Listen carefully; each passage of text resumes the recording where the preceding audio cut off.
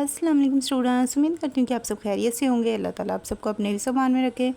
So students, आज मैं आपके साथ बीए पार्ट 2 इंग्लिश कंपलसरी का गैस पेपर शेयर करने वाली हूँ। लिहाजा आपने पूरी वीडियो को वॉच करना है और साथ ही साथ अगर आप मेरे चैनल पर नए हैं और आपने अभी तक मेरे चैनल को सब्सक्राइब नहीं किया तो जल्दी से मेरे चैनल को सब्सक्राइब कर लें, बेल आइकन को प्रेस कर लें ताकि मेरी आने वाली हर वीडियो बआसानी आप तक पहुँचती रहे, क्योंकि इसके बाद मैं डिफरेंट सब्जेक्ट के गैस पेपर भी आपके साथ शेयर करने वाली हूँ।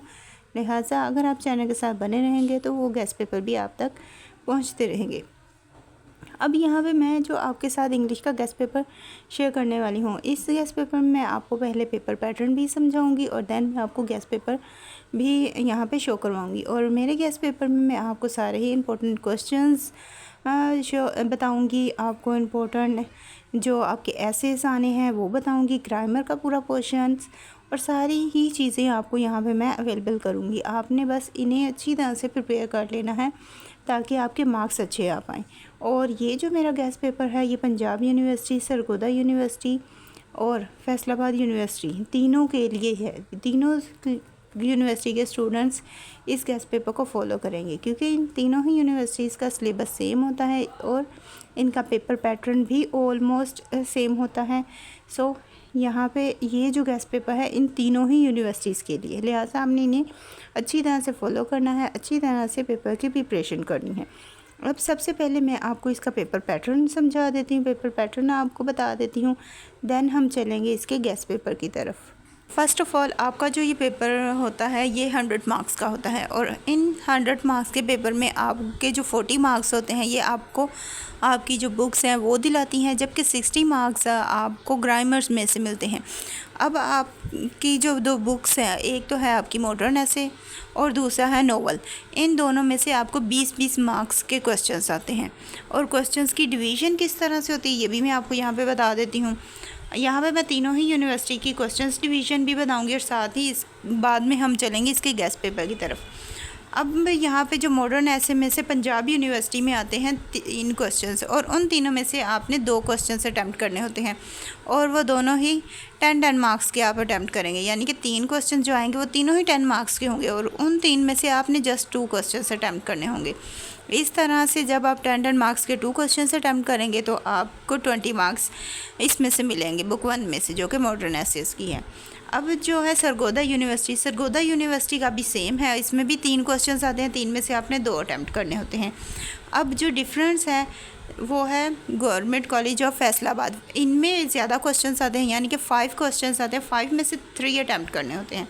और इसकी क्वेश्चंस की डिवीज़न कुछ इस तरह से होती है, 7 नंबर के आपके 2 क्वेश्चंस होंगे और 6 नंबर का आपका 1 क्वेश्चन होगा। इस तरह ये टोटल 20 मार्क्स के आपके क्वेश्चंस बनेंगे। तो तीनों यूनिवर्सिटी का सिलेबस सेम है, इसलिए गैस पेपर भी इनका सेम है। और आपको यहाँ पे जो मैं गैस पेपर प्रोवाइड करूँगी इंशाल्लाह आपको ज़्यादातर चीज़ें इसी गैस पेपर में से आएंगी पेपर में, अगर आपने ये गैस पेपर अच्छी तरह से प्रिपेयर कर लिया तो। सो ये तो था मॉडर्न ऐसे में इस तरह से मार्क्स की डिवीज़न होगी कि बुक 2 जो कि है नोवेल। आपका क्वेश्चन नंबर 2 जो होता है वो नोवेल में से आता है, यानी कि नोवेल में से आपको क्वेश्चंस आएंगे और वो आपने सॉल्व करने होंगे। अब भी यहाँ पे पंजाब यूनिवर्सिटी में आपको 3 क्वेश्चंस आते हैं, 3 में से आपने 2 सॉल्व करने होते हैं, सेम उसी तरह जैसे कि मॉडर्न एसेस में से आते हैं। और 10 मार्क्स के क्वेश्चन सेम वही पैटर्न है इसका भी, क्वेश्चन नंबर 2 का भी। और सरगोदा में भी 3 क्वेश्चन आएंगे, 3 में से आपने 2 अटैम्प्ट करने होंगे। अब गवर्नमेंट कॉलेज ऑफ फैसलाबाद जो है फैसलाबाद यूनिवर्सिटी, इसमें 5 क्वेश्चन आते हैं, 5 में से आपने 3 अटैम्प्ट करने होंगे और इनकी मार्क्स डिवीजन होगी, 2 क्वेश्चन 7 नंबर के होंगे और 1 क्वेश्चन 6 मार्क्स का होगा। इस तरह से ये आपके क्वेश्चंस की डिवीज़न होगी। सो ये तो था बुक 1 और बुक 2, यानी कि आपका क्वेश्चन नंबर 1 जो होगा बुक 1 में से, क्वेश्चन नंबर 2 जो होगा बुक 2 में से होगा। इसके बाद जो आपका पोर्शन है वो सारा ही ग्रामर का पोर्शन है। ग्रामर का पोर्शन ज़्यादा है, 60 मार्क्स का वो पोर्शन होता है। और अब ग्रामर के पोर्शन में आपने क्या क्या करना है वो भी मैं आपको यहाँ पर बता देती हूँ।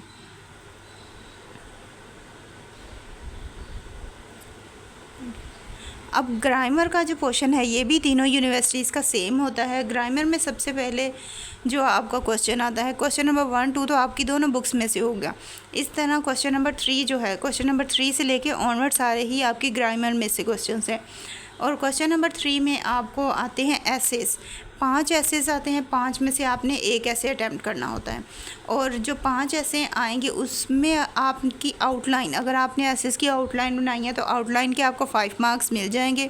उसके बाद जो 20 मार्क्स होंगे वो आपके ऐसे के होंगे कि आपने इस ऐसे को किस तरह से लिखा है, क्या क्या चीज़ें उसमें एक्सप्लेन की हैं। सो आउटलाइन आपको अच्छी तरह से बनानी आनी चाहिए ताकि आउटलाइन के जो मार्क्स हैं वो आपके 100% आपको मिले। सो आउटलाइन अगर किसी बच्चे को बनानी नहीं आती तो वो मुझे बता दे, मैं उसके भी एक वीडियो अपलोड कर दूँगी, समझा दूँगी आपको कि आपने किस तरह से आउटलाइन बनानी है। लिहाजा अगर आपको आती है तो बेस्ट है। आगे चल के मैं आपको इम्पोर्टेंट एसेस भी बताऊँगी, आपने वो वाले एसेस अच्छी तरह से प्रिपेयर करने हैं। सो ये आपका क्वेश्चन नंबर 3 है जो कि एसेस का होता है। एसेस में आपको बहुत ज़्यादा चॉइस मिलती है, यानी कि 5 है, 5 में से एक आपने करना है। आपको इतनी ज़्यादा 4 एसेस छोड़ने की चॉइस मिल रही है यहाँ पे। इसके बाद आता है आपका क्वेश्चन नंबर 4। क्वेश्चन नंबर 4 में सेंटेंस की करेक्शन करनी होती है और ये जो सेंटेंस आएंगे आपको 10 सेंटेंस आएंगे, 10 में से आपने 5 करने होंगे और ये 10 मार्क्स का आपका क्वेश्चन होगा। और जो गेस्ट पेपर है, गेस्ट पेपर में मैं आपको सेंटेंस भी शो करवाऊंगी, आपने उन सेंटेंस को भी एक मरतबा अच्छे तरह से सोल्व करके देख लेना है। ये अनसोल्व यहाँ पे गेस्ट पेपर शेयर कर रही हूँ, सो आपने इसे अच्छी तरह से देख लेना है। नेक्स्ट है आपका क्वेश्चन नंबर 5। क्वेश्चन नंबर 5 में आपको ईडियम्स आते हैं और 10 ईडियम्स होते हैं। 10 में से आपने 5 ईडियम्स करने होते हैं, यानी कि 5 ईडियम्स छोड़ने की आपको चॉइस मिलती है और ये क्वेश्चन भी आपका 10 मार्क्स का होता है। क्वेश्चन नंबर 6 आ जाता है। इसके बाद आपका लास्ट क्वेश्चन होता है क्वेश्चन नंबर 6। इसमें आपको लेटर और एप्लीकेशन 2 चीज़ें आती हैं और आपके पास चॉइस होती है, या तो आप एप्लीकेशन कर लें या तो आप लेटर कर लें। दोनों में से आपने एक अटैम्प्ट करना होता है और ये आपका 15 मार्क्स का क्वेश्चन होता है। सो ये था सारा पैटर्न। आई होप सो आपको ये पैटर्न अच्छी तरह से समझ आ गया होगा। पैटर्न के बाद अब हम चलेंगे अपने गेस्ट पेपर पे।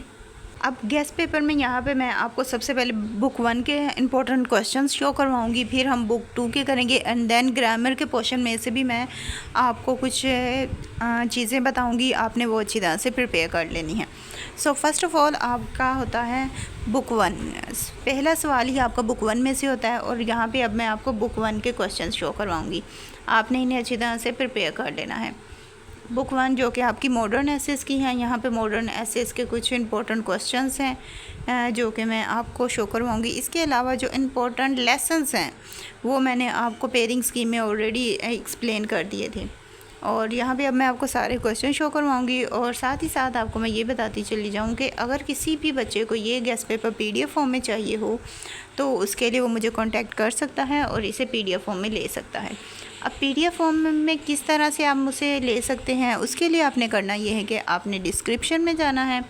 डिस्क्रिप्शन में मैंने अपना नंबर ऐड कर दिया है, वहाँ से आप मेरा नंबर लेके मुझे कांटेक्ट कर सकते हैं और ये गेस्ट पेपर PDF फॉर्म में ले सकते हैं। इसके अलावा जो आपका सब्जेक्ट है जिसका आपके पास गेस्ट पेपर नहीं है उसका आप मुझे बता सकते हैं ताकि मैं उसका भी गेस्ट पेपर उस सब्जेक्ट के रेलेवेंट टीचर से बाय कर सकूं और आपके साथ शेयर कर सकूं। सो आपने जल्दी ही अपना सब्जेक्ट मेंशन कर देना है ताकि मैं आपके सब्जेक्ट का गेस्ट पेपर जल्दी ही आपके साथ शेयर करूं। सो यहाँ पे मैंने आपको बुक 1 के मोस्ट इम्पॉर्टेंट क्वेश्चन शो करवा दिए हैं। अब है बुक 2 की बारी। बुक 2 जो कि आपकी है मॉडर्न नोवेल। बुक 2 आपकी नोवेल है the old man and the sea. यहाँ पे अब मैं इसके क्वेश्चंस आपको शो करवाने लगी हूँ। इसमें आपको 3 क्वेश्चंस आते हैं, 3 में से 2 करने होते हैं, जबकि जो फैसलाबाद यूनिवर्सिटी है वहाँ पे आपको 5 आते हैं, 5 में से आपने 3 सॉल्व करने होते हैं। सो अब यहाँ पे मैं आपको इसके इम्पोर्टेंट क्वेश्चंस बता रही हूँ, दिखा रही हूँ, आपने इनको नोट करना है। नोट आपने खुद करना है। उसके बाद इन टॉपिक्स को आपने अच्छी तरह से एक्सप्लेन करना है। जितने भी इन क्वेश्चंस में टॉपिक्स एक्सप्लेन किए जा रहे हैं आपने उन्हें अच्छी तरह से देख लेना है। नोवेल जो है ये बेहद ही ईजी है और काफ़ी इंफॉर्मेटिव है और इसमें से जो क्वेश्चंस आते हैं वो ज़्यादा डिफ़िकल्ट नहीं आते, ईजी ही क्वेश्चंस आते हैं। और बस आपका कॉन्सेप्ट क्लियर हो, आपको पता हो कि इसमें क्या क्या चीज़ें एक्सप्लेन की हैं, देन आपका जो क्वेश्चन है आपको इजी लगना शुरू हो जाएगा और फिर आप अच्छी तरह से अटैम्प्ट भी कर पाएंगे। सो आपकी बुक 1 और बुक 2 ये आ जाती है सेक्शन 1 में। इसके बाद आता है आपका सेक्शन 2 जो कि सारा ही ग्रामर से रिलेटेड होता है। अब ग्रामर में आपको मैंने बताया था क्वेश्चन नंबर 3 आता है सबसे पहले और क्वेश्चन नंबर 3 में आपको सारे ही एसेस आते हैं।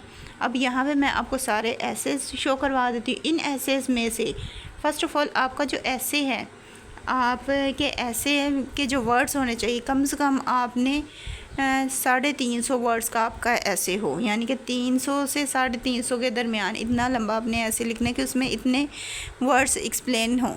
अब अगर हम देखें तो वैसे भी आपके जो ऐसे है इसकी आपने लेंथ जो रखनी है, कम से कम आपने 2, 3 से 5 पेज तक, मतलब कि फ्रंट साइड बैक साइड इस तरह से करके आपने 5 पेजेस कम से कम इसके फ़िलअप करने हैं और अथेंटिक चीज़ें आपने उसमें एक्सप्लेन करनी हैं। उसके अलावा कोटेशंस आप उसमें ऐड कर सकते हैं और इन चीज़ों को आपने ख्याल रखना है और अच्छे तरीके से एसेस को भी प्रिपेयर करना है।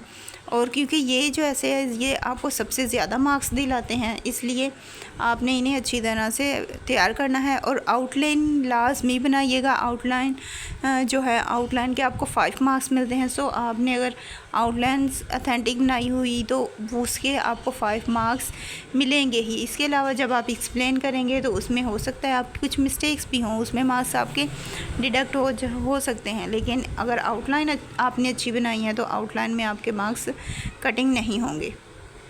सो अब यहाँ पे मैं आपको सारे ही एसेस शो करवा रही हूँ। अब इन एसेस में से जो मोस्ट इम्पोर्टेंट एसेस हैं उनके आगे मैंने टिक लगा दिया है, उन्हें आपने लाजमी करना है। इसके अलावा जो दूसरे एसेस हैं उन्हें आप स्किप कर सकते हैं, लेकिन जिन्हें मैंने मार्क कर दिया है उन्हें आपने लाजमी करना है। मैक्सिमम यहाँ पे मैंने 25 एसेस आपको शो करवाए हैं जो कि आपने करने हैं। इसके बाद आती है आपकी क्वेश्चन नंबर 4 की बारी। सो क्वेश्चन नंबर 4 में आपको सेंटेंस आते हैं और उनकी करेक्शन आपने करनी होती है। 5 की आपने करने होते हैं और 10 आपको आते हैं। अब यहाँ पे मैं आपको सेंटेंस शो करवा रही हूँ, आपने इनकी करेक्शन खुद करनी है। सारे ही यहाँ पे मैं आपको शो करवाऊँगी, आपने इन्हें नोट कर लेना है या फिर इधर से ही वीडियो को स्टॉप करके आपने साथ साथ इनकी करेक्शन करके देख लेनी है। अपनी प्रिपरेशन आपने अच्छी तरह से करनी है। जितनी हेल्प हो सके मैं आपकी हेल्प करूँगी और बाकी जो है तैयारी आपने करनी है। जितनी अच्छी आप तैयारी करेंगे इंशाल्लाह आपके मार्क्स भी उतने ही अच्छे आएंगे। फिर भी कहीं से भी कोई हेल्प की ज़रूरत हो स्टडी में, उसके लिए आप मुझे बता सकते हैं, मैं पूरी कोशिश करूँगी कि आपकी हेल्प करूँ। अब यहाँ पे मैं आपको सारे ही इम्पोर्टेंट सेंटेंस शो करवा रही हूँ और ये वो सेंटेंस हैं जो पास्ट पेपर्स में बार बार रिपीटेड हो रहे थे और आ रहे थे बार बार। सो इसीलिए ये आपको यहाँ पे शो करवा रही हूँ। और एक और बात मैं यहाँ पे आपको बताती चली जाऊँ कि जो ग्रामर का पोर्शन होता है ये ऐसा पोर्शन है जो कि आपका आउट ऑफ सिलेबस होता है। इसका कोई प्रॉपर सिलेबस नहीं होता, यानी कि आपका पेपर पैटर्न तीनों यूनिवर्सिटीज़ का सेम है। जो आपको चीज़ें बता दी हुई हैं कि आपका ऐसे आएगा, ऐसे भी उन्होंने अपनी तरफ से कोई भी दे सकते हैं। जो जैसे कि मैंने ऊपर शो करवाया, ये ऐसे जो है ये मोस्ट इम्पोर्टेंट, ये रिपीटेड हो रहे हैं बार बार बोर्ड में। सो ये आएंगे आगे भी, वो आपको टॉपिक्स बता देते हैं लेकिन उनके अंदर का जो मटेरियल होता है वो आपने खुद करना होता है, वो आपको खुद पता होना चाहिए। और ग्रामर का जो पोर्शन होता है, ग्रामर में होता ये है कि जो बोर्ड है वो आपका नॉलेज चेक कर रहे होते हैं कि आपके पास किसी भी चीज़ के बारे में कितना नॉलेज है। अब यहाँ पे सेंटेंस का अगर आपको कहा गया है तो उसका मतलब क्या है कि वो आपके टेंस देखना चाहते हैं कि आपको कितनी हद तक इंफॉर्मेशन है ग्रामर की, कि आपको टेंसेस आते हैं या नहीं, आप कितने अच्छे तरह से कोई भी सेंटेंस को सही कर सकते हैं। एक गलत सेंटेंस दिया हुआ तो आप किस तरह से उसे सही कर सकते हैं। इन फैक्ट अगर कहा जाए कि सेल्फ़ राइटिंग देखी जा रही है बीए में, जब आप ग्रेजुएशन लेवल पे आ जाते हैं तो आपकी सेल्फ़ राइटिंग चेक की जाती है कि आपको कितनी सेल्फ़ राइटिंग आती है, आपका सेल्फ़ राइटिंग में कितना ही कमांड हासिल है कि आप खुद से कुछ लिख सकते भी हैं या नहीं लिख सकते। वो कहते हैं ना कि लकीर के फ़कीर, वो वाला हिसाब नहीं रहता। इससे पहले जो हम इंटर तक पढ़ते हैं उसमें यही होता है कि जो बुक में है हमने वो रट्टा लगाया, याद किया और पेपर दे दिए। जबकि जब हम ग्रेजुएशन लेवल में पहुंच जाते हैं तो ग्रेजुएशन लेवल में ये नहीं होता। ग्रेजुएशन लेवल में वो ये चेक करते हैं कि आया कि इतने साल जो बच्चों ने पढ़ा है उन्हें कुछ याद भी है या नहीं है, इस चीज़ को नोट किया जाता है। उन्हें सेल्फ़ राइटिंग को नोट किया जाता है। किसी का भी पढ़ा हुआ एग्जैक्ट नहीं यहाँ पे ना प्रेफर दी जाती। वो ये देखते हैं कि इन्हें सेल्फ़ राइटिंग आती है कि नहीं आती, उन्हें कितना अच्छा लिखना आता है, कितनी अच्छी उनकी सोच, मतलब कि कोई अगर लेसन है तो उस लेसन में से उसने क्या क्या चीज़ें पिक की हैं, क्या क्या चीज़ें उस लेसन की वो बता सकता है और अपनी वर्डिंग में बता सकता है। और इजी है, कोई भी मुश्किल नहीं है। और वैसे भी अगर हम खुद किसी काम को इजी बनाएंगे तो वो काम इजी हमें लगेगा, अदरवाइज़ अगर हम किसी काम को मुश्किल समझेंगे तो वो हमारे लिए मुश्किल लगेगा। अब इंग्लिश का सब्जेक्ट ऐसा है जिसमें सबसे ज़्यादा सप्लीज आती हैं, और इसके अलावा एजुकेशन, ये 2 सब्जेक्ट ऐसे हैं जिसमें मोस्टली सप्लीज आती हैं। लेकिन इंग्लिश जो सब्जेक्ट है ये मुश्किल नहीं है, हमने खुद उसे मुश्किल बनाया है। उसका रीज़न भी यही है कि हम इसे मुश्किल मानते हैं। जब हम किसी चीज़ को समझ लेते हैं ना ये हमसे नहीं होगी, तो वो नहीं होती फिर, क्योंकि हमारा माइंड सेट हो चुका होता है कि हमसे होनी ही नहीं है, क्योंकि हमने करनी ही नहीं है। हमारा जब माइंड ही नहीं होगा तो फिर हम वो कर भी नहीं पाएंगे। लिहाजा आपने अपना माइंड सेट करना है, नहीं ईजी है। किसी भी चीज़ को, मुश्किल किसी चीज़ को भी अगर हम कहेंगे ना ये ईजी है, तो वो हमें ईजी ही लगेगी और हम ईज़िली उसे कर भी लेंगे। लेकिन अगर हम किसी चीज़ को कहेंगे नहीं ये मुश्किल है, तो फिर हमें मुश्किल ही लगेगी, वो हमें ईजी नहीं लग सकती। और हम, क्योंकि हमारा माइंड जो है वो उस चीज़ को एक्सेप्ट कर लेता है। जब हमारा माइंड किसी चीज़ को एक्सेप्ट कर लेगा तो फिर वो काम मुश्किल हो जाएगा। लेकिन जब हम अपने माइंड पे खुद कंट्रोल करने वाले हैं, हम अपने माइंड को कहेंगे नहीं ये हो सकता है मुझसे, तो देन ये होगा आपसे। और यहाँ पे अब तो इतने सोर्सेज हैं आप लोगों के पास इंफॉर्मेशन हासिल करने के कि आप इजीली इंफॉर्मेशन हासिल कर सकते हैं और अच्छे मार्क्स ले सकते हैं, अच्छी तैयारी कर सकते हैं। बहुत सारे रिसोर्सेज अब आ चुके हैं। पहले के दौर में और अब के दौर में बहुत सारा डिफरेंस आ चुका है। आपके पास बहुत सारे सोर्सेज हैं, आप इंफॉर्मेशन लें और अपनी अच्छी तैयारी करें और अच्छे मार्क्स लें। यहाँ पे अब ये जो गेस्ट पेपर है मैंने आपके साथ अनसॉल्व शेयर किया है। अगर यही गेस्ट पेपर आपको PDF फॉर्म में चाहिए हो तो उसके लिए आप मुझे कांटेक्ट कर सकते हैं।